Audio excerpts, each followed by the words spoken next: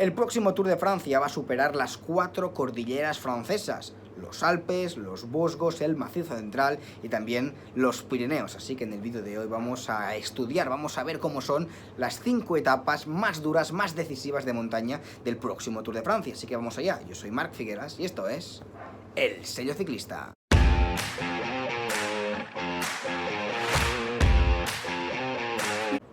Yepa, chavales, ya estamos en nuestro set habitual aquí en mi terracita. Ya he vuelto de Portugal. ¡Buf! ¡Qué montañas, qué puertos los que hay! Portugal, no lo sabía, eso hemos hecho. Aquí tenéis imágenes, si me seguís en Instagram ya lo habréis visto. Si no, pues os recomiendo que lo hagáis porque, bueno, constantemente estoy viajando a diferentes países por trabajo y descubro muchos de los puertos que hay en estos países. Y los de Portugal no me lo esperaba. Somos un puerto que se llama Torre, 30 kilómetros de subida, rampas constantes al 14%, bueno, un Mont Ventoux o incluso más duro que el Stelvio, ese puerto que se encontraba en el medio de la nada de Portugal. Así que, bueno, los que me seguís ya habréis visto todos estos puertos. También os dejo mi Strava si queréis seguir algunas de las rutas que hago cuando viajo en Portugal, a Suiza, a Italia, donde sea. Os lo recomiendo que lo hagáis. Pero hoy no vamos a hablar de los puertos portugueses, sino que vamos a hablar de los puertos del Tour de Francia, porque volví de Portugal hace unos 3 días, me los he tomado un poco como recuperación. Ya he recuperado pilas y estoy al 100%. Y vamos a hablar del recorrido del Tour de Francia que salió... Bueno, no vamos a hablar del recorrido del Tour de Francia, vamos a hablar de las 5 etapas más duras de montaña del próximo Tour. En quinta posición tenemos al primer final en alto del próximo Tour de Francia, que será en la Planche de Belleville. Sí, mucha gente puede pensar nuevamente en la Planche de Belleville, y es que en los últimos 7 u 8 Tours de Francia se ha subido en 6 ocasiones este puerto, es un montón. Al final mucha gente va a aburrir esta subida. Os podéis preguntar a algunos cómo es que no cambian, cómo es que año sí y año también pues meten este puerto en el Tour de Francia. Bueno, yo dudo que sea un problema de imaginación por parte de la organización. Creo que Proudhon, el director del Tour de Francia, conoce muchas otras montañas, pero por alguna razón, como por ejemplo que en la cima de la Planche de Belleville hay una estación de esquí, o también que la Planche de Belleville es una de las montañas principales de la cordillera de los Vosgos, pues quieren potenciar seguramente esta estación de esquí, quieren potenciar seguramente la zona turística de los Vosgos, y bueno, repitiendo durante una década muchas veces este final en alto, yo creo que quizás es una manera de potenciar esta zona. Y bueno, que al final el Tour de Francia es un evento deportivo masivo, pero que tiene un fin turístico increíble. Es decir, Francia es el país con más turismo del mundo y bueno, el Tour de Francia pues contribuye en esto, no tenemos que olvidarnos de este motivo. Bueno, la Planche de Belleville, vamos a hacer aquí un poco de etimología francesa. La Planche de Belleville significa la borda de las hijas bellas, en referencia a que tiempo atrás, no sé exactamente cuántos años o cuántos siglos atrás, las chicas jóvenes, bellas, virgen, algunas de los aledaños de esta montaña, pues se dirigían a este lugar para quitarse la vida, para precipitarse de esta montaña, de aquí lo de la planche, la borda, y bueno, evitar ser tomadas por parte de militares o soldados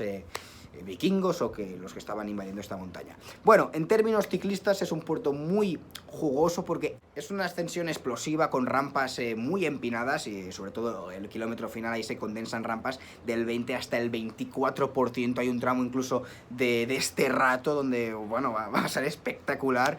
Y al ser el primer final en alto funciona muy bien, en una subida corta, explosiva, con rampas duras, pues bueno, es muy ameno para el espectáculo. Y de hecho siempre ha funcionado muy bien este final en alto de la Planche de Belleville porque, bueno, han ganado grandes nombres, Christopher Froome ganó en 2012, Vincenzo Nibali en 2014, lo mismo hizo Fabio Aru. Incluso la última vez que subió este puerto fue en una contrarreloj donde vimos quizás el desenlace más espectacular de la historia del Tour de Francia, donde Tadej Pogačar pues le robó la cartera a un Primo Roglic que perdió el Tour de Francia en estas mismas rampas, la de la Planche de Belleville, que funcionará como la primera gran etapa del próximo Tour de Francia. Así que bueno, pinta bien la cosa, ¿eh? Saltemos a la siguiente gran etapa de montaña del próximo Tour de Francia. Abandonamos ahora sí los Vosgos para viajar hasta la mítica cordillera de los Alpes franceses, donde se acumulan pues los grandes nombres alpinos del Tour de Francia. Una etapa que se va a terminar en el Alto del Granon. Granón, no el Glandón. El Glandón se va a subir al día siguiente, pero esta etapa termina en el Granón, un puerto que va a ser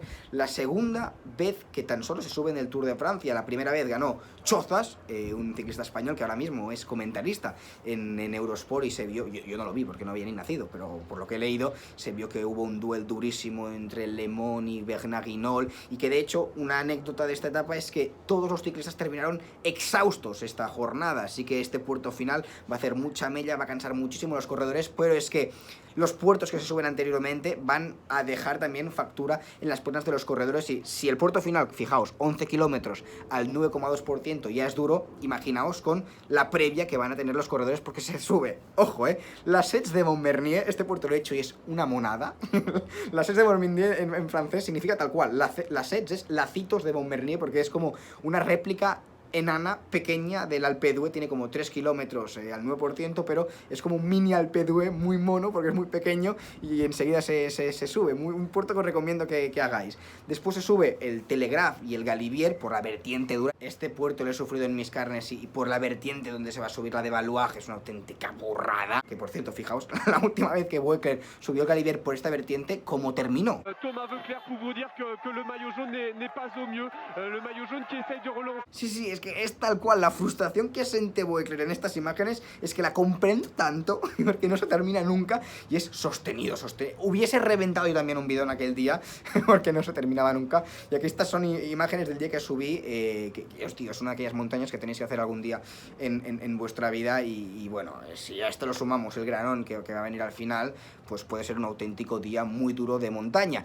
Saltemos a la siguiente gran etapa de montaña del próximo Tour de Francia, que no tenemos que ir nada lejos, porque se encuentra justo el día siguiente, o sea que los corredores van a subir el Col du Granon, por la tarde masaje, por la noche van a descansar, y a la mañana siguiente van a tener que enfrentarse a esta etapa que estáis viendo, donde se va a empezar superando el Col du Galibier nuevamente, esta vez por la vertiente de Briançon. Se va a bajar, se sube mi puerto favorito del Tour de Francia, la Croix de Fer, se bajará la Croix de Fer y se subirán las 21 curvas del Alpe d'Huez, una montaña que, ya sabéis, tiene la etiqueta de ser una cima donde el corredor que sale vestido de amarillo del Alpe d'Huez suele ganar el Tour de Francia. Bajo mi punto de vista es la etapa reina, porque es una etapa donde resumirlo con Alpe d'Huez es muy poco. Es decir, mucha gente me pregunta: Marc, tú has subido el Alpe d'Huez, ¿cómo es realmente este puerto? ¿Es tan duro como se dice? ¿Por qué es tan mítico? Bueno, es un puerto duro, no es el más duro del Tour, pero es un puerto duro. Y creo que la clave de Alpe d'Huez, por lo que tiene mucho juego, es que es un puerto de una distancia interesante, unos 40 minutos de ascensión, y la clave del puerto es la constancia. Es decir, mientras otros puertos tienen rampas muy duras, pero hay descansos, Alpe d'Huez no tiene grandes rampas, no hay ningún momento donde la carretera supere el 14%, pero es muy constante. Es que en ningún momento hay una zona de recuperación, y estar 40 minutos a un esfuerzo alto sin ningún tramo plano donde los profesionales enseguida son capaces de recuperar un poquito, es lo que mata a los corredores, que no hay ninguna zona de recuperación. Un poquito quizás me puede decir la gente que lo ha subido, vale, en las 21 curvas que tiene el Alpe d'Huez, la carretera llanea un poquito en lo que es la curva en sí, pero que son 10 metros en cada curva, apenas ni se nota. Pero es un puerto que lo que te mata es que es constante, y 8, 9, 10%, 8, 9, 10%, y te mata, esta constancia te asfixia.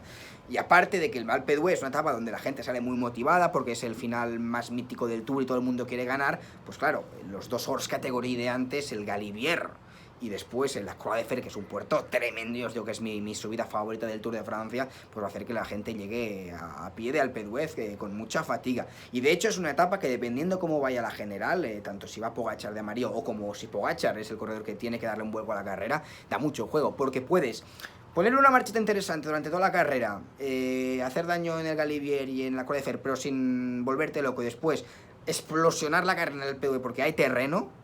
O, si te apetece, puedes atacar en Croix de Fer, o incluso puedes atacar en el Galibier, porque van encadenados prácticamente todos estos puertos. Así que es una etapa donde puedes tomar diferentes estrategias y que Alpe d'Huez siempre mola que esté en el Tour de Francia y hacía mucho que no se subía. Somos fans aquí en el canal de Alpe d'Huez. ¿Es así o no? Dejádmelo en comentarios. Saltemos a la cuarta gran etapa de montaña del próximo Tour de Francia, que se encuentra en los Pirineos. Hemos superado ya los Vosgos, los Alpes, y ahora es momento para recorrer los Pirineos, la cordillera francesa que se encuentra más cerca de mi casa, y es por esto que me conozco muy bien esta etapa, he subido todos y cada uno de estos puertos que van a ver. Y os podéis preguntar, ¿qué son más duros, los Pirineos o los Alpes franceses? Porque este Tour de Francia va a concluir en la cordillera de los Pirineos, así que ¿son duros los Pirineos? Sí, son duros. Si los comparamos con los Alpes, no lo digo yo, sino que Bernard Hinault siempre a lo largo de su carrera deportiva comentaba algo muy interesante, que es que vale, quizás las montañas pirenaicas son más cortas, los puertos son más cortos comparados con los Alpes, pero el gran aliciente de los Pirineos es que están mucho más juntos los puertos, es decir, subes un puerto, bajas, subes el siguiente. En cambio en los Alpes subes un puerto, bajas y entre puerto y puerto hay transiciones de 10, 15, 20 kilómetros. Y es muy interesante cara al espectáculo, pero también para beneficiar las tácticas atrevidas.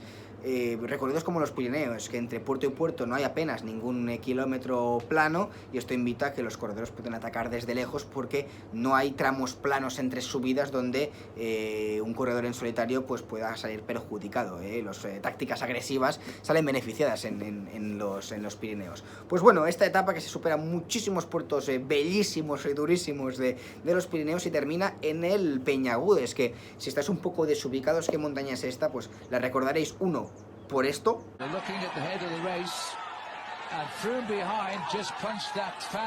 El día en que Christopher Froome se le fue un poco la pinza y golpeó de esta manera a un espectador colombiano, que no sé hasta qué punto el aficionado pues estaba incordiando demasiado al británico.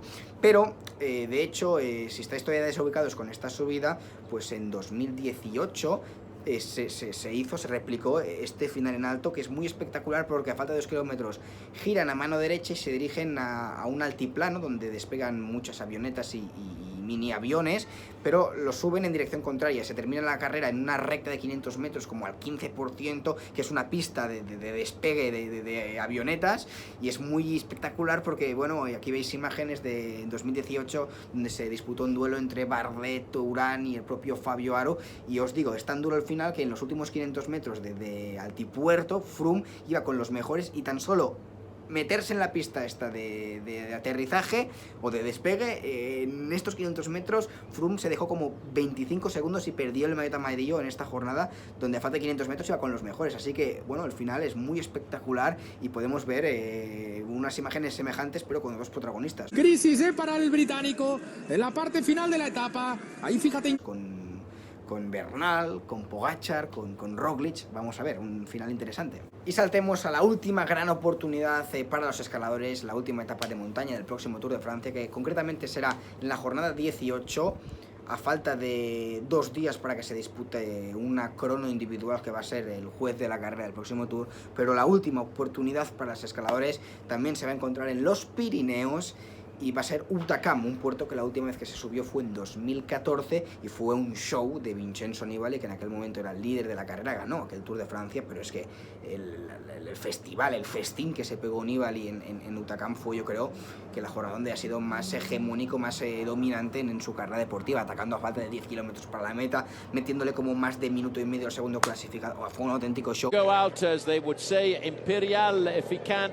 Y es un puerto muy duro y donde hemos visto también grandes duelos como los que hubo hace tiempo entre Leblanc e Indurain. También hemos visto a Armstrong hacer de las suyas en Hautacam con Pantani.